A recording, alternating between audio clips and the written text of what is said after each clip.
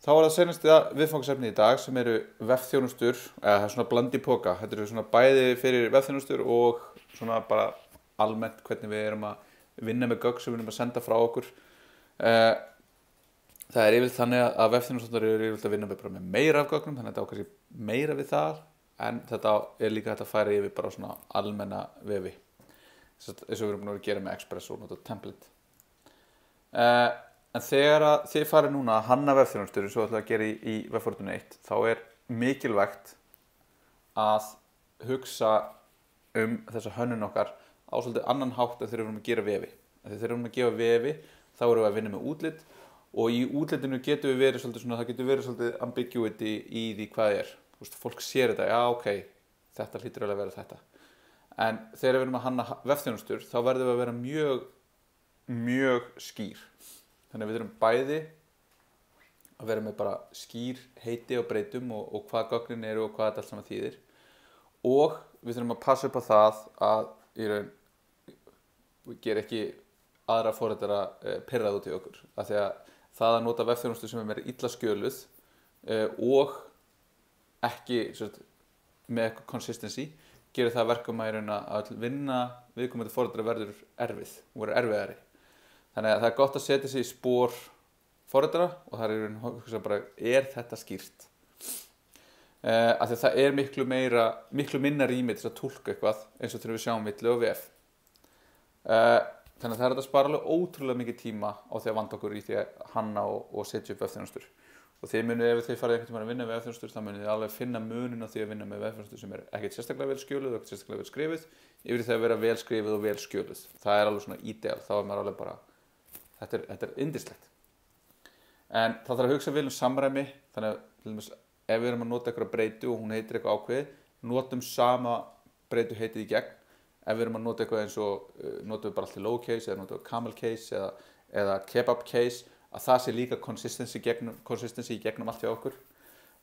Sama með urlinn okkar, að það sé ekki get users sem við þurfum að getta eða posta á get users, þú veist hvað þýðir það er mjög skrítið.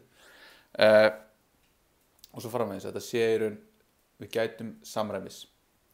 Og sama með síðan villuskilabúð, bara fyrst að skila villuskilabúðum frábært og síðan í raun að hafa samræmi og meiri en minni upplýsingar. Þú veist, hvaða reitur það sem var villa í, hvaða villa kom upp, hugsanlega einhver error kóði sem við getum þá notað til þess að mappa við eitthvað annað eða eitthvað þannig að þetta sé skýrt.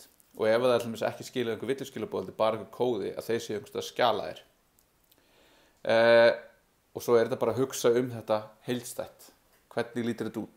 Einhvers staðar göt í því sem við erum að skaffa? Erum við að skaffa eru samræmi í því hvaða gögn við erum að gefa fram hér og við erum að gefa fram á einhverjum öðru stað. Og hvernig við meðhöndlum 404 og í raun prófum að brjóta þetta, hvernig bara villumeðhöndlunin okkar og hvað bara einhver almenn villa kemur upp. Maður lendir oft í því að vera að gera eitthvað á móti einhverjum vefþjónustum og svo bara gerir maður eitthvað og þá bara kemur bara eitthvað 500 villa frá vefþjónustu þjónunum og það náttúrulega líka þar gildir það sama og þeir eru að vinna með bakenda að ef við erum að búa til vefþjónustu og við erum að taka við gögnum frá einhverjum þó svo að það sé í gegnum vefþjónustu skil þá þýðir það ekki að við getum treyst þeim gögnum þannig við þurfum alltaf að validera öll gögn sem koma í gegn. Síðan oft gott að aðskilja virknin okkar frá vefþjónustulaginu og þá það gert þannig að við erum búum til bara virknina og búum til í raun API eða búum til eitthvað bara sem bara forritið okkar. Þetta forrit sem að tekur við þessum gögnum og skilja svona gögnum. Og síðan getum við búið til vefþjónustu útfærslu af því þar sem gögnin koma inn sem JSON og þeim skilað sem JSON. Ef það kemur við villa þá skilum við einhverjum HTTP-villum en við getum líka búið til command line tól þar sem við myndum taka við þessu úr command line-inu og skilum þessu í command line-inu. Eða við getum búið til app, eða við getum búið til VF. Þannig að þetta aðskilja virknin okkar frá því hvernig það unnið með virknina. Þannig að við skoðum aðeins hvernig það geti litið út.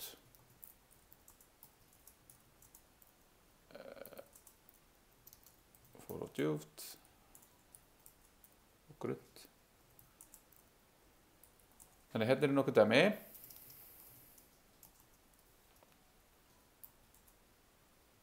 og hérna þá einhvern veginn hvernig við getum skilgreint það, hvernig við skilgreinum á milli eða skiljum á milli lógiks eða virkni og síðan vefþjónustu lags. Þannig að við erum í raun app skilgreinum vefþjónun okkar. Það þetta, þú veist, þarna erum við að víra allt saman. Síðan erum við með API og það býr til API-lagi, það býr til í raun vefþjónustun okkar, tengir við ráturinn og exportar, þannig það séum þetta. Og síðan erum við með í raun forritið okkar sem í þessu items.js og það í raun vinnur með gögnin og gerir eitthvað það í gagnagrunni, en alveg sama. Það veit ekkert af því að verði notað sem vefþjónustu eða verði notað Express, það bara eitthvað sem einhver virkni hérna. Þannig þá getum við séð hérna að það eitthvað fall sem að hefur þessa virkni hérna. Að það getur listað upp einhverja itema, það getur síðan uppfært einhvern item. Þannig það bara einhver fastur listi af itemum sem við getum unnið með. Þannig hérna eru þeir eru 4 item og núna get ég keyrt hérna skriftu sem ég er með skilgreindi hérna sem að ég á að búa til gögnin í gagnagrunnum. Þannig að ég get keyrt núna út því ég er með hérna í env er ég með hérna app API heitir gagnagrunnurinn minn, þannig að það mun vera að lesa hérna upp. Það mun lesa upp skema mitt sem er í þessu hérna skjali og það mun keyra það query og það mun láta mig vita ef eitthvað kemur upp á og sem því þá ég keyrt hérna create db og þá fæ ég hérna schema created og það sem að gerðist líka í því var að ég droppaði töflunni ef hún var til. Þannig að núna endurgerði ég gagnagrunninn. Þannig að ég gæti verið að gera eitthvað breytingar, svo bara eitthvað ID á reset-takkan og fyrir að vinna með þetta aftur.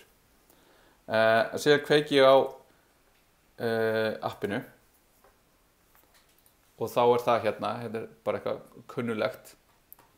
Hérna sækjum við API-lagið, það hér og það importar þessum föllum úr items og það með þetta hérna eitthvað til að lista þessu upp. Og svo það með eitthvað paths, þannig við erum með paths sem var sögnin sem við notum til þess að uppfæra eitthvað. Þannig ef við skoðum hérna hvað var hérna, þannig við getum byrjað á því að skoða hvað til í gagnagrunnum eða til í vefþjónustun okkar. Þannig við gerum þetta bara hérna gegnum curl. Já, notum nú frekar Postman, það kemur aðeins betur út. Þannig að nú get ég farið hérna og ég get gert get, slúm ekki vera með það er engin authentication sem við viljum. Þannig að við viljum bara senda hérna á vefþjónun okkar. Þá fáum við hérna, það þessar 4 færslur sem við byggum til í grunninn. Það eru til staðar þegar ég fæ listan. Síðan get ég, það ekki útvært að sækja eina staka færslu, en það sem útvært að uppfæra þetta og það virknin í forritinu okkar. Þannig að við getum sagt hérna, ég vil uppfæra eitthvað, þannig að ég ætla að uppfæra einhver ákveðna færslu og þá patsa ég á ID-ið á færslunni með uppfæra gildinu. Þannig að þá ætla ég að segja hérna, ég ætla að gera patch, ég ætla að fara í body, ég ætla aftur að gera raw og JSON, þannig tölum við saman. Þannig að ég ætla að senda þetta hérna áfram á færslu nummer 1. Þá ger ég hérna patch og nú fæ ég hérna 200 OK og hérna uppfærður titill. En svo ætla ég að prófa að gera title X, sendi það, þá fæ ég hérna þetta ógild gögn. Og sí, það eitthvað að. Eða þá ég ætla að segja hérna title talan 1. Þá fæ ég hérna tilbaka title must be a non-empty string. Þannig að ef ég geri tóma strengin þá það líka eitthvað sem ég fæ hérna 400 bad request. Þannig hérna ég raun að búa til villuskilabúðin og ég raun að gera þetta svona reyna að hafa þetta svona sjálflýsandi að þetta skilir sér hvað í gangi þegar að hérna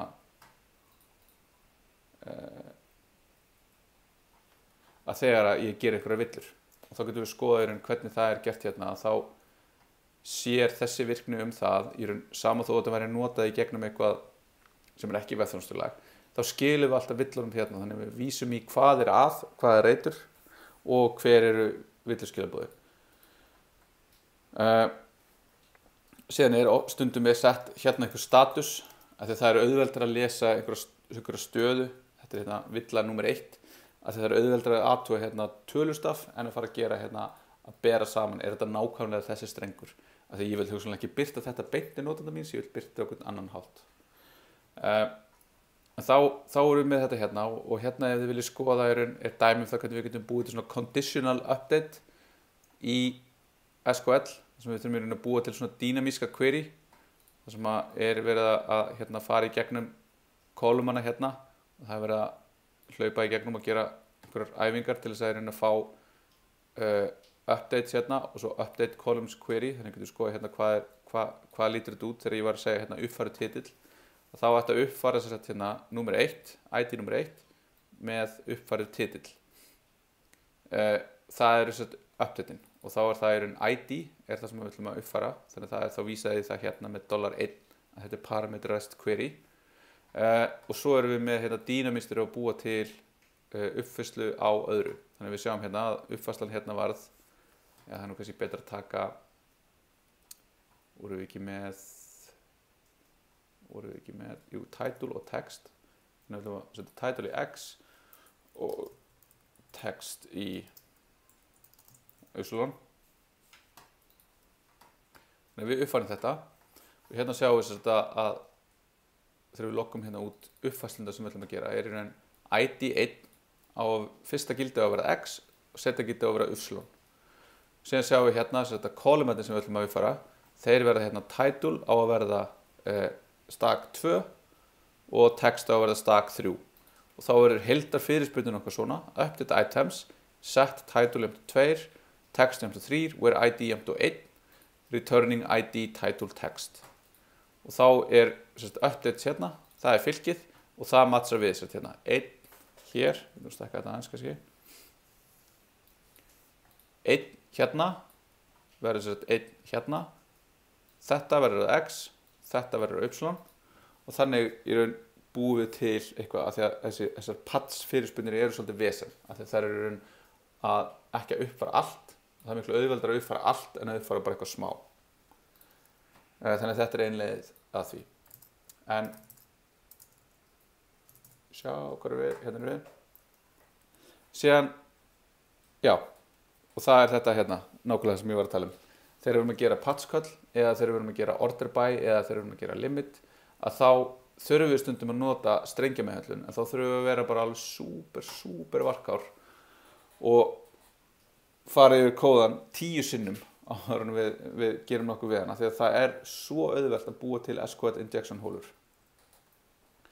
Þannig að hérna er þess að annað dæmi, við viljum geta raðað gögnunum og við viljum í raun geta tekið við því í query streng. Þannig að ef ég sendi eitthvað hérna sem er þá bara order, ask eða ASC, sem stendur fyrir ascending, og þá er hitt descending sem hérna nýjasta fyrst er descending, ascending er nýjasta neðst, þannig að það fyrir ascending röð eða descending röð, og þá getum við gert þetta hérna, að við getum í raun búið til strengin dynamist hérna með því að setja þetta inn, út af því að við vitum hérna að ef að þetta hérna ask gildið sem er true, þá því aðeins að rec query order er nákvæmlega strengurinn í uppercase ASC, þá er hann true, annars er hann false, þannig við vitum að þetta er annarkvort true eða false, og þá vitum við að það er annarkvort þessi breyta, eða þessi strengur, eða þessi strengur, og það er engin möguleiki á það að verða einhver annar. Það er ekki verið að taka neinn gögn frá notandanum, hrátt inn og setja inn í einhvern streng, heldur er bara verið að nota og bera saman við einhvern tæmandi lista af möguleikum og komast að það sé annarkvort 1, 2 eða 3 eða true eða false. Þetta sé bara eitthvað sem við erum með mjög vel skilgreint og þá getum við sett þetta svona inn. Og síðan þetta geta nota hérna returning syntaxin, þar sem við getum þá, eins og við erum með í þessu dæmi hérna, að við gerum hérna returning ID, title og text, og þá þurfum við ekki að gera annað select sem að í raun selectar upp ID-ið ef við vorum að búa til fæslu, heldur getum við fengið í raun ID-ið eða datetime eða hvað sem er búið til að gagnagrunnum tilbaka strax í sama queryinu. Þannig að þá fáum við hérna þetta update results og þá er það með rows og við skilum bara fyrstu röðinu úr því sem er uppfæslan.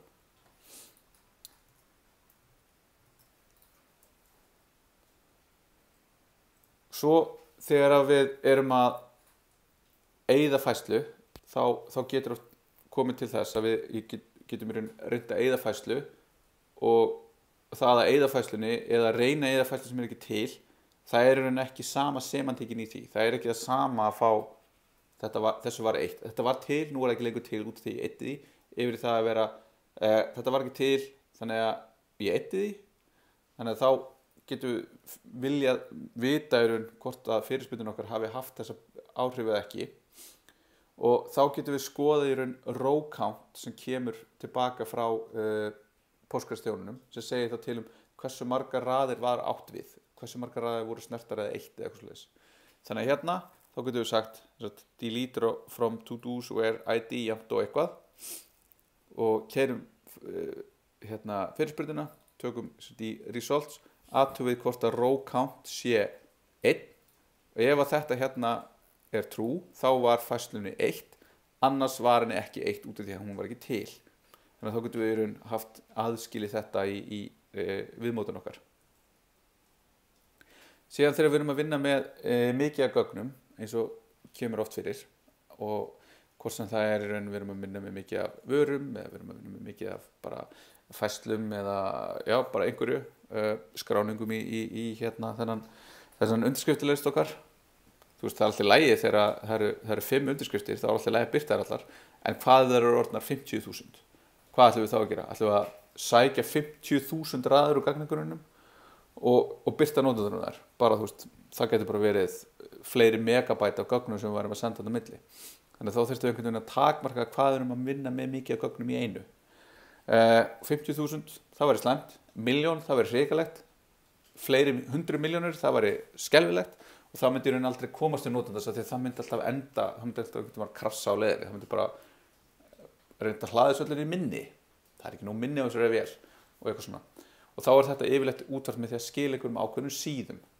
Þannig að síður eru þá í raun eitthvað, við erum að horfa á n færslur í gagnagrunni og við ætlum þá að byrja á því að skoða færslu frá færslu 0 eða 1, eftir hvernig við viljum telja. Skulum færslu 1 til page size sem þá svona 10. Þá getum við sagt hérna limit 10, offset 10, það birtir okkur færslur 11 til 20. Þannig að þá erum við að horfa bara alltaf með einhverju svona sín á raðirnar okkar og erum við alltaf að fletta áfram eða aftur og bak í síðunum. Og þó getum við líka bara einfalda þetta með því að halda síðu stærðinni okkar fastri og nota þá einhverja heiltölu sem hleypur frá 1 og upp úr til þess að í raun margfalda að sjá á hvaða síðu við erum. Þannig að ef við erum á page 1, þá það í raun færslur 1 til 10 sem þá jafngildi þess að vera með limit 10, offset 0. Ef við erum á page 4, þá það jafngildi þess að vera með limit 10 sem þá page size okkar og offset þá í raun page size minus 1 sinnum page size. Page, það sem við byggjum minus 1, þannig að vera 3 sinnum 10 sem verður 30, þannig að við erum að byggja limit 10, offset 30, þannig að það eru færslur frá færslu 30 og 1 og upp í 40. Og svo getum við skilað í raun einhverjum upplýsingum það hvað eru í raun margar síður til, hvernig lítur þetta út, hvað ég á seinustu síðunni, ég á fyrstu síðunni, önnur síða og þá í raun til svona skilgreining á því með weblinking, þannig að það header sem heitir link, hann getur verið með þetta API example.com það sem við erum að nota. Við erum á page 1. Nei, það previous page og page 3 next page. Síðan getum við líka gert þetta með því að nota hal sem við sáum aðeins í fyrirfyrirlitri og þá getum við nota underscore link og þá getum við verið með einhvern svona metadata í svarin okkar sem þá hérna lýsing á því hvernig síðan virkar, síðuflettingin virkar. Þannig að núna ég á self, ég á þessari síðu hérna sem page 2, fyrri síðan page 1, næsta síðan page 3. Þetta einfalt, en þetta í raun gefur upplýsingar það hvað við höfum með að spila, hvað næst. Þannig að við getum gert þetta með því að nota select from og svo sett offset og limit á fyrirspurnir okkar. Og þetta þurfum við að senda sem parametrar skildi. Því hérna verður auðvelt bara eitthvað, ég hendi bara einhverja tölu, ég fæ það frá notandanum, hún hlýtur að vera í lagi. þangað til hún það ekki og eitthvað kemur upp á. Þannig að það paging dæmi hérna sem fylgir. Ég ætla að sleppa því og skil það eftir bara fyrir ykkur til að skoða, en þið keyrið þetta upp eins og hinn dæmin, það aftur svona create DB skrifta hérna sem ég var að keyra áðan. Þannig að svo lengi sem þið eru búin að búa til grunninn og setja inn hérna réttu upplýsingarnar, þá getið þið keyrt þetta dæmi og það lýsing á því hérna, hvernig þetta virkar. Síðan erum við annað sem leit, sem þá ekki bara það að við viljum geta flett í gegnum síður, heldur viljum við hugsanlega bara geta leitað líka að einhverjum ákveðnum gildum, og þá getum við notað nokkra leiðir. Næva leiti væri í raun að nota eitthvað þessu like, sem í raun þetta þarf að finna einhver dálk og segja eitthvað sem lítur út fyrir að vera svona, en að gera svona hluti eða reyna að gera einhverja svona leikfimi í fyrirspurnum okkar mun alltaf valda því að við þurfum að skoða hverja einustu röð í gagnagrunnum okkar, og það kallað þess svona table scan, það bara að skanna alla töfluna. Þannig að það hratt fyrir kannski 10 færslur, en þegar þú ert komin yfir eitthvað hérna ákveðið, þá fyrir þetta að taka langan tíma. Þannig að hérna erum við með einhverja 2 lausnir. Í byrjun þessi hérna línulega, hún með lægri hallatölu, hinn sem með hærri hallatölu en fljótari í byrjun fyrir lítið n, töluvert hægari síðan þegar n stækkar. Þetta einn af mínum uppáhalds hlutum til þess að muna þegar ég að forrita og að setja upp stærri kerfi, að allt hratt fyrir lítið n.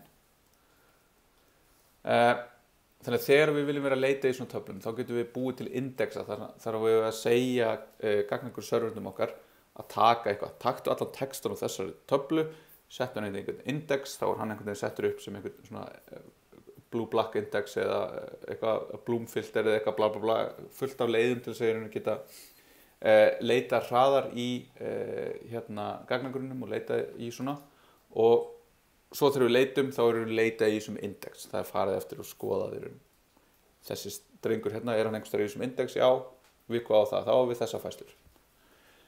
Síðan hægt að setja bara upp sérstaklega leita þjónustur, sem það sem maður notar yfirleitt í dag. Þá það einhverja þjónustur sem maður pípar inn þessu og býr bara til í sér forritum svona indexa sem eru bara sér hannaðir til þess að vinna á þessum stærri gagnasettum.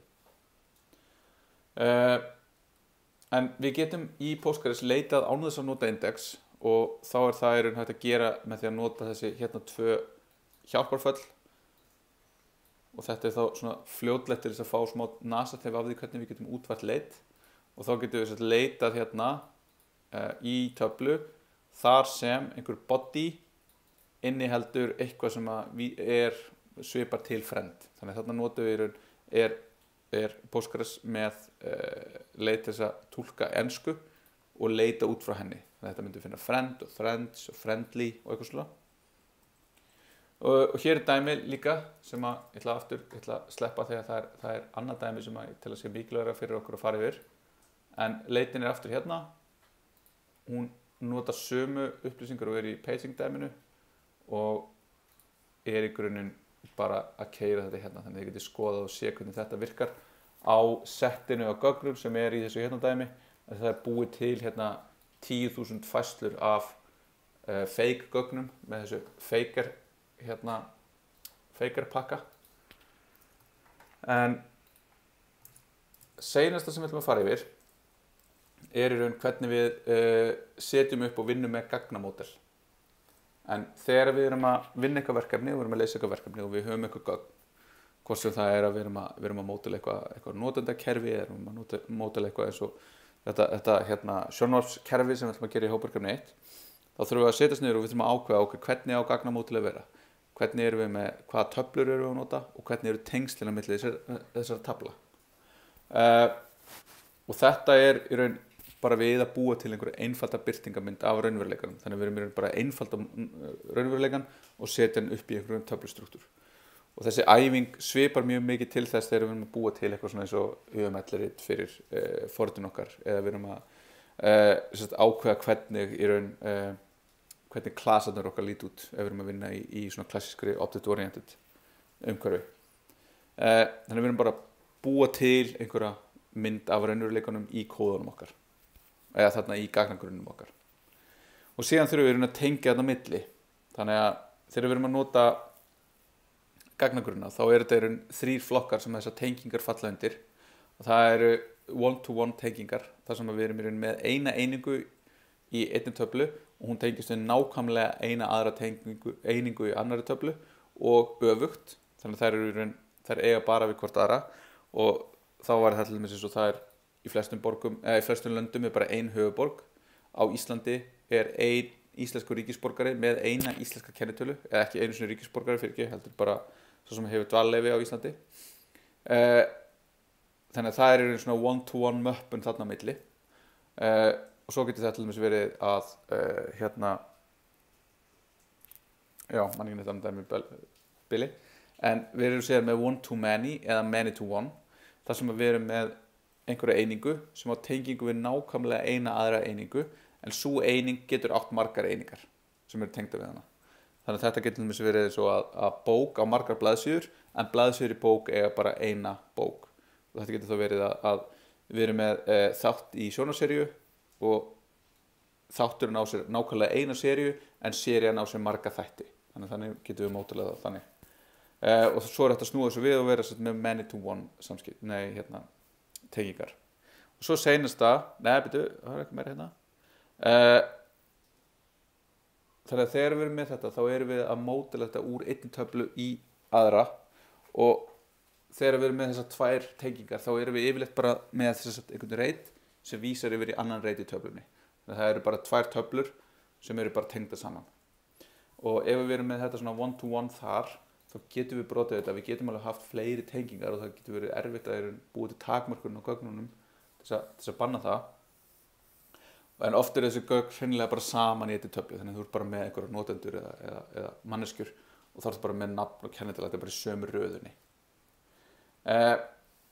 Og til þess að tryggja í raun að þessi gögn séu rétt tengd saman, ekki bara einhvern veginn svona hér er tabla, þetta vísar í eitthvað í þessari töflu, vonandi það til, þá getum við skilgreint þennan foreign key sem þá eins og primary key nema hann key sem foreign, hann einhvers staðar annar staðar og þá getum við ekki bætt við færslu ef þessi vísun brotin og þá getum við heldur ekki hent færslu ef einhver önnur vísar í hana því þá væri við að brjóta integrity á gögnum okkar.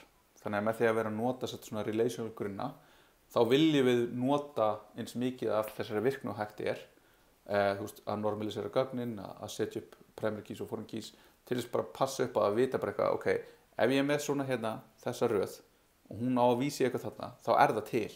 Það þannig, út af því að þannig það skilgreint. Og þetta þá tryggir öryggi gagnanna okkar og þetta getur bara hjálpað okkur mikið og bara mjög góð æfing og bara mjög gott fyrir forritun okkar að passa upp á öryggi gagnanna okkar. Þannig að þá getum við verið með bækur og categories og við viljum tengja bækur við categories og bók á að eiga sér category og hérna getum við þá sett constraint, category, foreign key, category, references, categories, ID. Þannig að þetta býr til tengingu sem tekur þetta gildi hér og það verður að vera vísun og verður að vera vísun yfir í þetta gildi hér. Þannig að leið það komin einhver tengingan á, þá hún þarna á. Síðan að lokum erum við með many-to-many og þá erum við með einingu sem á tengingar í margar aðrar einingar og þær einingar getur síðan aftur margar tengingar í aðrar einingar. Þannig að þetta getur verið að nemandi skráður í marga áfanga og áfangar hafa marga nemendur. Þannig að það many-to-many tenging á milli áfanga og nemenda. Og þessar tengingar þurfum við að skilgreina í sérstökum tengitöflum sem join table eða eitthvað annað sem við kalla eða tengitöflur það sem við talar yfirleitt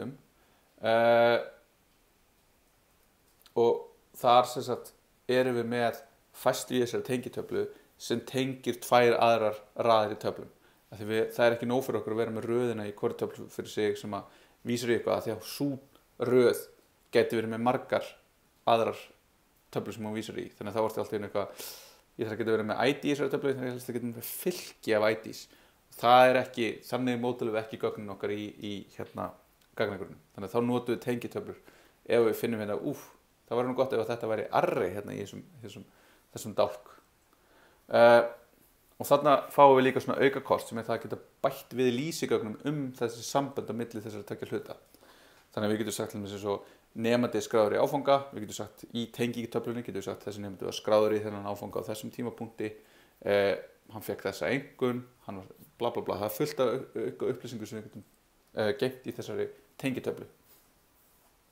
Og þá getum við búið til hérna að við erum með þessa bókatöflu og þá erum við með eitthvað ID á þessari bara tengingunni. Síðan erum við með user er reserved word í Postgres, þannig við verðum að vera með það inn í gæsalöpum. Og þá er það hérna integer not null og book integer not null og svo búum við til 2 konstrenta að book er foreign key yfir í books töfluna í ID og user er foreign key yfir í users töfluna á ID. Og síðan getum við sett einhverjar fleiri upplýsingar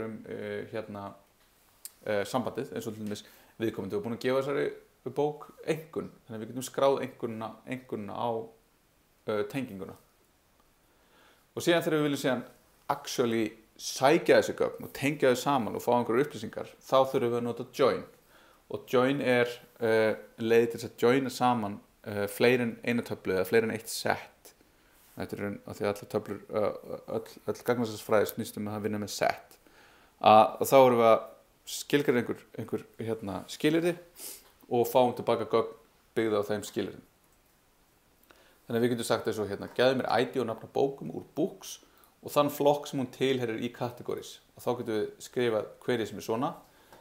Select, þannig að við erum í raun að select eitthvað úr books. Þannig að við byrjum í þeirri töflu.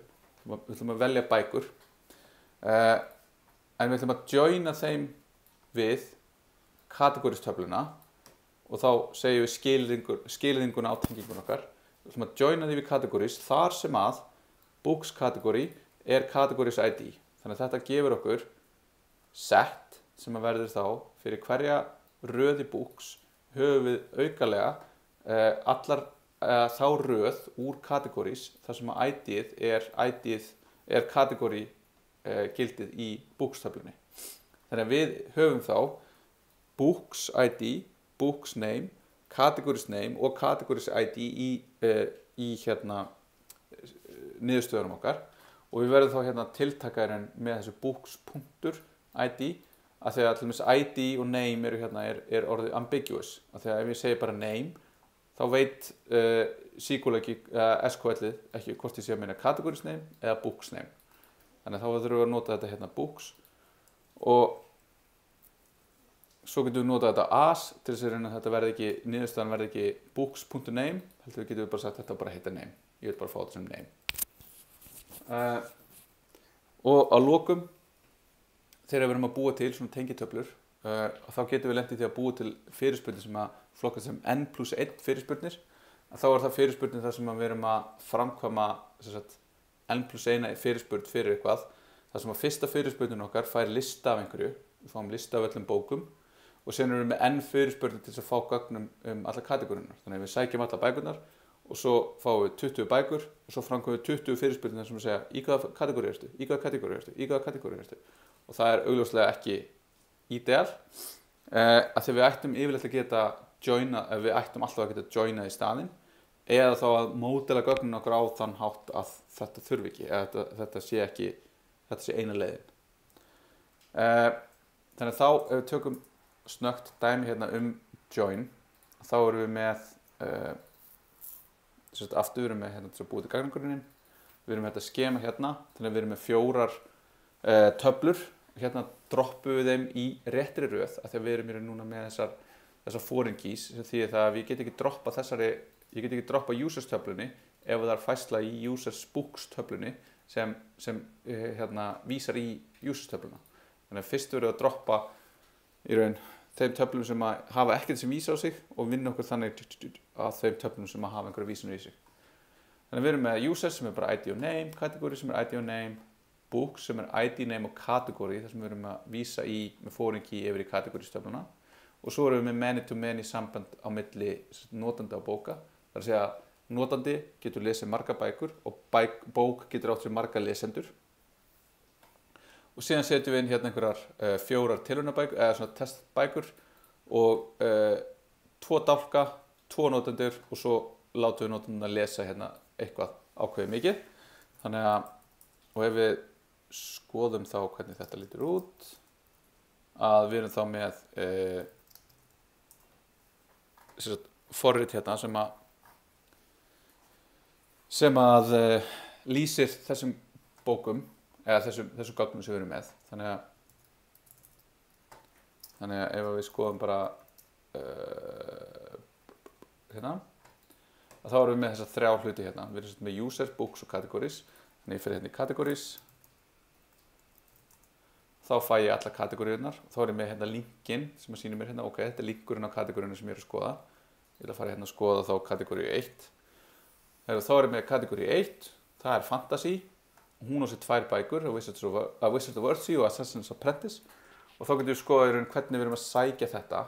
Þannig að ég fer hérna í categories. Ég byrja því að sækja bara alla kategóriurnar. Það var það til að fá yfirlitið. Síðan bý ég bara til þessa linka hérna og ég nota þá þetta HAL links hérna. Þetta er búið til metadata þetta, þannig að þá sér sá sem nota gögnin okkar hvar við fáum meiri upplýsingar. Síðan þegar ég sæki staka kategóriu, að þá er ég að byrja því að sækja kategóriuna og síðan er ég að sækja alla bækurna sem að tilheyra þessu kategóri. Þannig að þá segi ég bara hérna, select ID name from books og select ID name from categories fyrir ID hérna. Þannig að þetta mun skilja okkur mörgum fæslum, af því að bækur getur tilheyrt flokki og það er one to many. Kategóri getur átt sér marga bækur en bók getur átt sér eina kategóriu og þetta til dæmis þarna er ákveðin einföldun á datamódulun okkar, af því að hugsanlega hvað kemur síðan heyrðu hérna, manstu ég sagði að bók þurfti bara að vera í einum flokki, þarf eiginlega að vera í tveimur flokkum og þá getum við sagt ok, gerum það bara kategóri 1 og kategóri 2 og svo kemur einhver seinna og segir heyrðu það þurfa að vera í 3 flokkum. Þannig að þá kemur annars svona pattern sem er hérna 0, 1 eða n, sem því að það annarkvort eru engar tengingar, það er ein tenging eða það eru n tengingar. Þannig að það er jafn dýrt að útfæra kategóri 1 og kategóri 2 og hreinlega bara búa til tengitöfluna og bara gera þetta rétt og geta þá skalast upp í bara eins marga tengingar og við viljum. Síðan bætum við bara við linkunum á bækurnar hérna og setjum þetta inn hér. Þannig að ok, núna get ég séð þessa bækur. Nú ætlum ég að skoða meira hérna A Wizard of Earthsea. Þá get ég farið hérna. Þetta er ekki til. Svona. Og þá get ég séð hérna, ok, bók númer 1, hún heitir þetta, hún er í kategórinni fantasy og hún er með 1 lesanda sem er Dr. Fu. Og þá getum við séð hérna, fyrst eru bara með book sem er bara alveg sem er kategóri sem segjum alla bækurnar. Hérna erum við ekki að hugsa paging sem getur alltaf verið, við varum með 100.000 bókum, þá myndum við lenda í vandræðum. En síðan þegar við sækjum bókina, að þá erum við að sækja bókina og svo erum við að joina við categories til þess að fá þá kategóriuna sem hún er í. Og þá fáum við hérna bara ID name og category. Og ID name og category er í raun hérna ID name og category. Og þetta er bara það sem við sendum beint út. Hérna er síðan dæmi það hvernig við gætum gert þetta sem n+1 query. Að því leyti að við myndum þá segja hérna, ok, nú ætlum ég að finna alla sem hafa lesið bókina. Ég veit hvað bókin er. Nú ætlum ég bara að finna alla userana, þar sem að users books er bókin með þetta ID sem ég er að skoða. Og svo segir þetta ég bara, þannig að þá er þetta fyrsta queryið mitt, þar sem ég selekta allar notendurnar, svo þarf ég að fá nafnið á notendurnum, ekki bara ID-ið. Þannig að þá selekta ég alla notendurnar. Og ef þetta eru 3 notendur, tekur þetta enga stund. Ef þetta eru 3000 notendur, þá tekur þetta mjög langa stund. Þannig að í staðinn gætum við gert þetta svona hérna, þar sem við erum í raun að joina aftur úr þessu users book user við user ID-ið við users books þar sem að tengingina er geymd. Þannig að tengingin er geymd í users books. Við viljum fá alla tengingar við bookið sem við erum með eða bókina sem við erum með og við viljum fá notandan og þá getum við sótt þetta og þá fáum við sem auka, þá getum við sótt til dæmis hvað notandinn gaf þessu í einhvern. En síðan að lokum, þá getum við sótt alla notendurnar, þá getum við farið hérna í /users og þá erum við með hérna, ok, og nú getum við farið að skoða hvaða bækur er Dr. Fu búinn að lesa. Herri, hann er búinn að lesa hérna 3 bækur og hann gaf hérna þessari Parable of the Sower 5 stjörnur, eða 5 í einkunn, hérna 4 og 2 í einkunn. Og þá fáum við þetta, og hérna fara hlutinir að vera svolítið áhugaverðir, að því hérna erum við í raun að sækja yfir eitthvað ákveðið sett og við erum með einhverjar tölulegar upplýsingar, sérstaklega þetta rating. Og þá getum við farið að nota svona aggregate föll í SQL. Þar sem við getum farið að spyrja svona áhugaverðar spurninga þetta, sem er hver er meðalengurinn, eða meðal ratingið. Og þá getum við verið að gera það hérna með því að nota svona average sem er svona aggregate fall. En þá þurfum við hérna að gera svona grúpa, þegar við þurfum að hópa saman og segja eftir hvaða hóp ertu að keyra þetta grúpa. Þetta er eitthvað sem við þurfum ekkert að skoða, við þurfum ekkert nánar í, en þegar þið farið að nota þetta þá er þetta mjög, og þarna er krafturinn í gaglegrunnum er mikill. Þannig hérna erum við að sækja upplýsingar notandann og svo erum við að sækja hérna og joina við bækurnar. Þannig við erum að sækja frá users books tengingunar. Ég er með eitthvað notanda hérna, ég er með notanda með þetta ID og ég vil fá alla bækurnar sem viðkomandi hefur lesið. Þá joina ég við books á tengitöflunni á book-reitnum og svo getum við gert þetta, til dæmis svo við viljum raða þessu eftir í raun hvaða einkunn var gefin og þá frá hæsta í lægstu, þannig að þá byrjar þetta hérna. Ef við myndum breyta þessu hérna í ask, þá er það öfugt. Getur nota notmón. Þá reloada ég hérna og þá kemur fyrst bókin sem er með lægstu einkunnina. Og þá til dæmis ef þessi notandi hefur voru að lesa 10.000 bækur, þá get ég ímyndað ykkur hvernig ég myndi sjá þetta fyrir ykkur sem töflu á vef. Ég get ítt á dálkaheitið og þá snýst við röðunin eftir því hvort. Og þá get ég sendt inn hérna, get ég sendt inn eitthvað $2 sem að væri þá order. En þetta er hvernig við getum notað þá hérna join til þess að vinna með gögnum okkar þegar við erum búin að módela það í margar töflur. Og þetta er eitthvað sem þið þurfum að gera í hópverkefni 1. Og ég mun senda ykkur núna bara sem fyrst skilgreiningu á verkefni 3 og svo nánari skilgreiningu og gögn fyrir hópverkefni 1. En segjum þetta gott í dag og takk fyrir.